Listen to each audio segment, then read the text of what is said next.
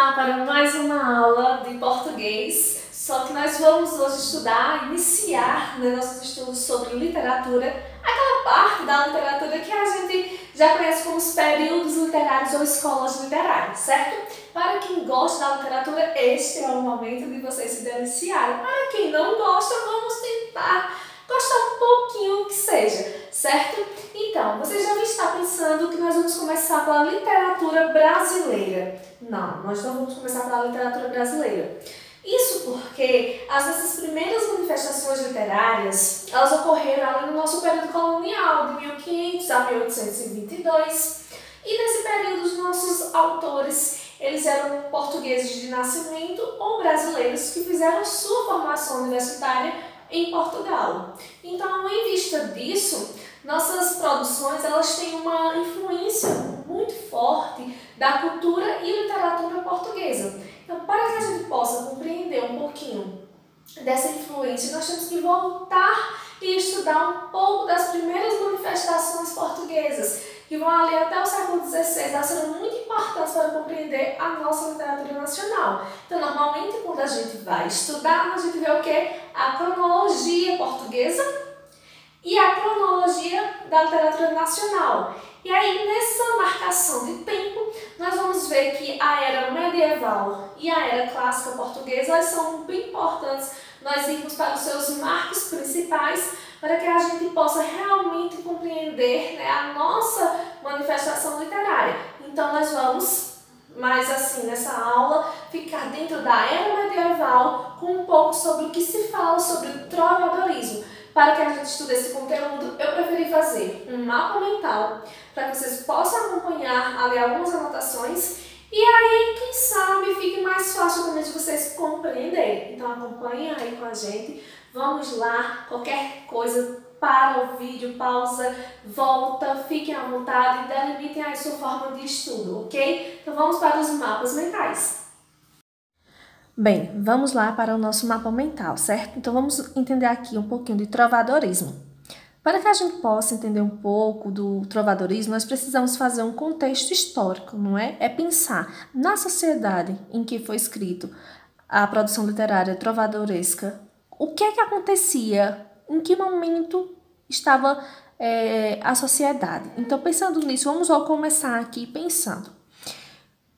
O trovadorismo, ele vai acontecer aí entre o século XII e vai até o século XIV, certo, gente?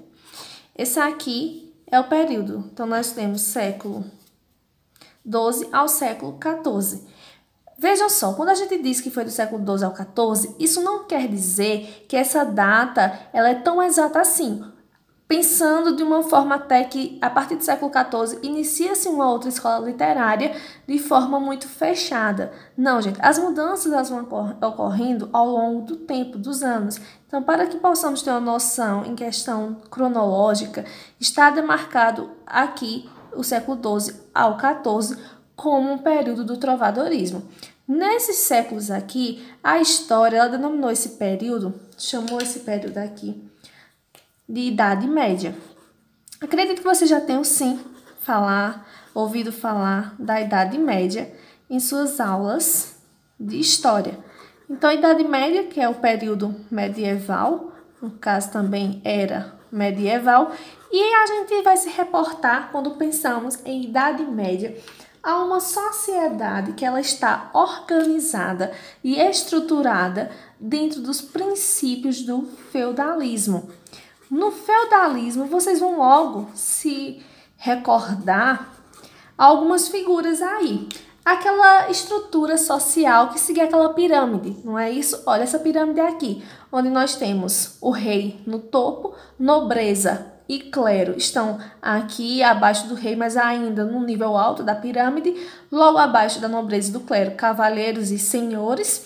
E, por fim, aqui na base da pirâmide, os soldados, camponeses e servos. Por quê?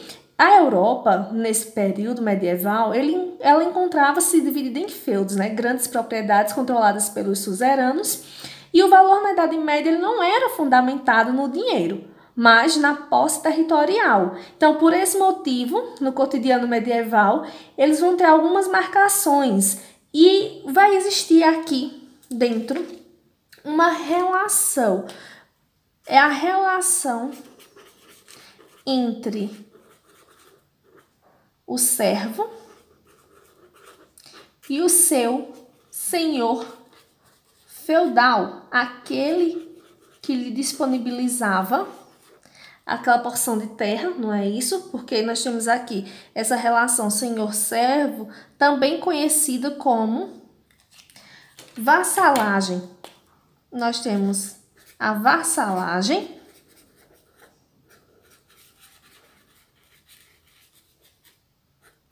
e a suzerania. E então os servos, né, os vassalos, eles iriam ali para que tivesse proteção do seu suzerano. Em troca ele iria produzir os bens de consumo, então eles cultivavam, fiavam e forjavam as armas. E esse período também dessa sociedade feudal, de servidão, a gente sabe que, voltando à pirâmide, dentro da pirâmide não existia uma mobilidade, ou seja, quem estava aqui um dia seria rei, quem está aqui iria ser servo. Não existia essa mobilidade dentro da pirâmide.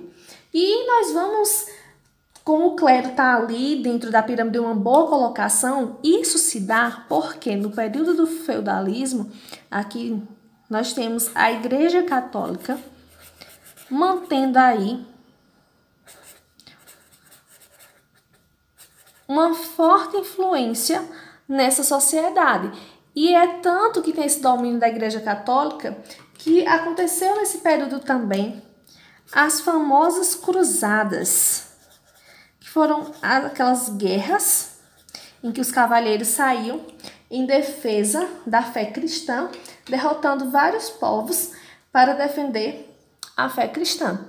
E duraram aí mais ou menos 2 séculos de guerras cruzadas. E falando em guerras, nós não podemos pensar na Idade Média, no feudalismo, sem a figura dos guerreiros, não é isso? Porque aqui também é um período que ele vai ser caracterizado por guerras, batalhas, justo porque os povos eles estavam aqui saindo em busca de novos territórios, então a conquista de territórios. Tanto é que Portugal, aqui no início do século XII, Portugal ainda não é uma nação consolidada, ainda não se tem uma identidade nacional, porque ele é um país que está em processo de formação. Nesse processo de formação, a gente sabe que a própria língua também ela está se formando como língua portuguesa. Então, nesse período que nós vemos a início do século XII, está aqui tendo como língua o galego português.